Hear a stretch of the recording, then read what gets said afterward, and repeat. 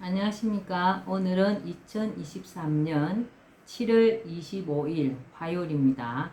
오늘도 난세의 영웅 허경영을 아십니까?를 읽어보겠습니다. 오늘 날씨가 무척 덥죠. 주경 야독으로 섭렵함, 인류의 지식과 사상. 나는 서울에 올라오자마자 구두 닦기를 하면서 중학교에 입학하여 학업의 꿈을 펼치기 시작했다. 비록 야간 중학교였지만 주간 중학교에 다니는 학생들 못지않게 열심히 공부했다. 기가하는 곳이 공부하기에 적합하지 않으면 다른 곳을 물색하여 그곳에서 일과 공부를 병행했다. 무허가 합숙소에서는 구두 닦기 아이들이 피우는 담배 연기와 냄새 때문에 도저히 공부하기가 어려워 다른 곳을 전전하다 화계사로 옮겼고, 화계사에서는 일이 너무 많아 공부할 시간이 부족하여 숭산 스님이 떠나시던 때 같이 화계사를 떠났다. 내수동 교회에서도 할 일이 많기는 마찬가지였다.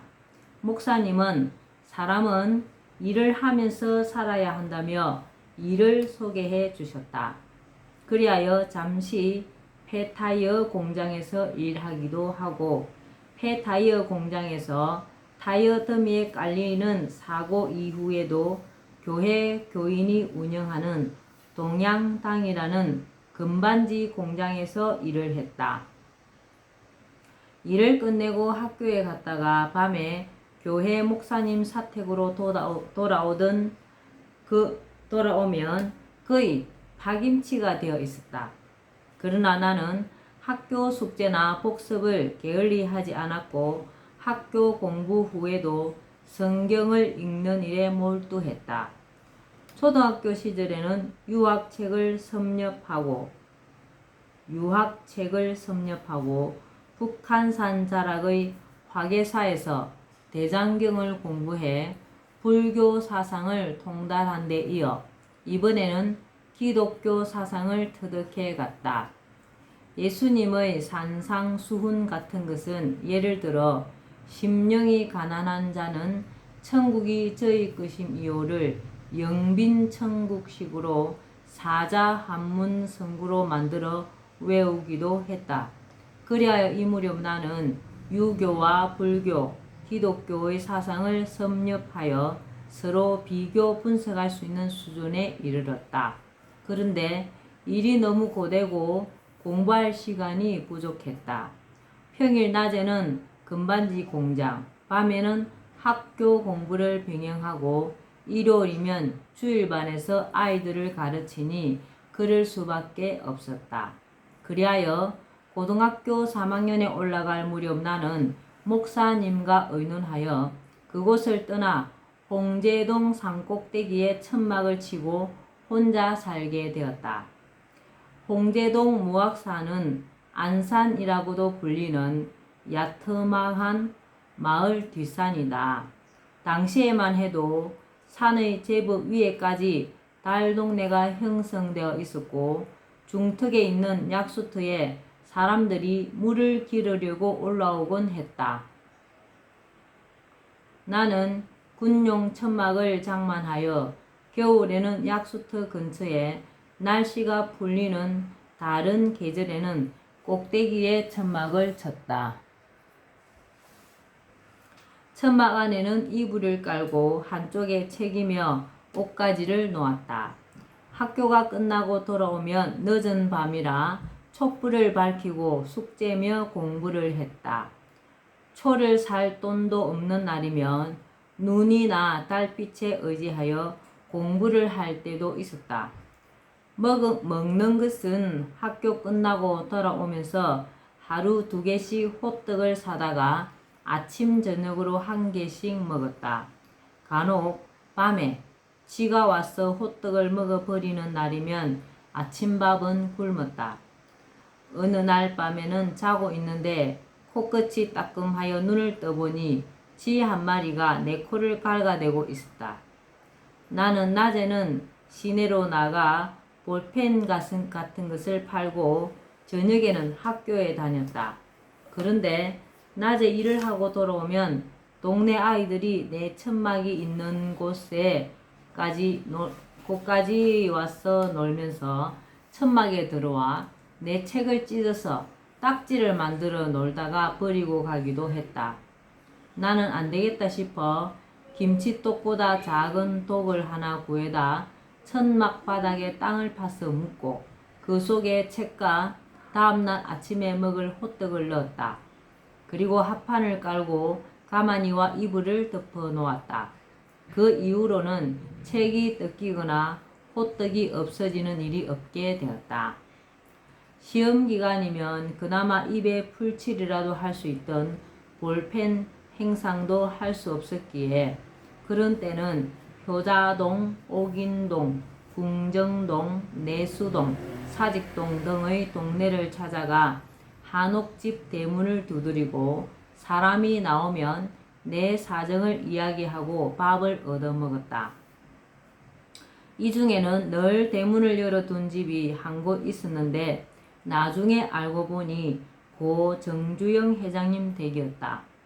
그곳은 찾아가면 언제나 아주머니가 직접 나와 나를 불쌍하고 대견하다며 밥을 먹게 해주었을 뿐 아니라 주머니에 용돈을 넣어주기까지 했다. 그렇게 나는 혼자 힘으로 살아가면서 풍찬노숙, 형설지공으로 공부했고 때로는 탁발성처럼 남의 집에 가서 밥을 얻어먹으면서도 학업을 모든 일의 중심에 두었다. 그리하여 인류가 쌓아온 지식과 사상을 섭렵함으로써 인간 사회의 정치와 경제, 종교, 역사와 과학, 문화를 이해하고 그 정수를 파악하였다.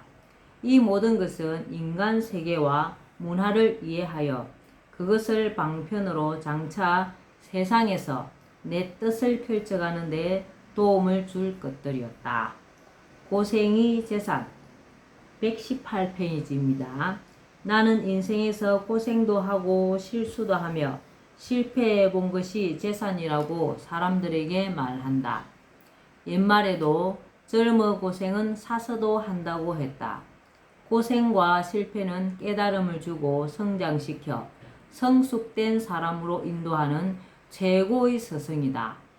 자신이 고생을 해보아야 어려운 처지에 있는 사람들을 이해하게 되고 어떤 성공을 거두었을 때도 그렇지 못한 사람들을 위해 진정으로 도움을 주고자 하는 마음을 가질 수 있다. 실패와 실수는 사람을 겸손하게 만들며 관대하게 만들 수 있다. 실수하거나 실패한 타인에 대해서도 함부로 판단하고 재단하는 것을 피하고 이해하려는 속 깊은 마음을 가질 수 있다. 나는 어려서부터 부모 없이 자라게 된 것부터 고생이요 시련이었지만 내가 겪는 고생이나 어려움에 대해서는 한 번도 그 누구를 원망하거나 탓을 해본 적이 없다.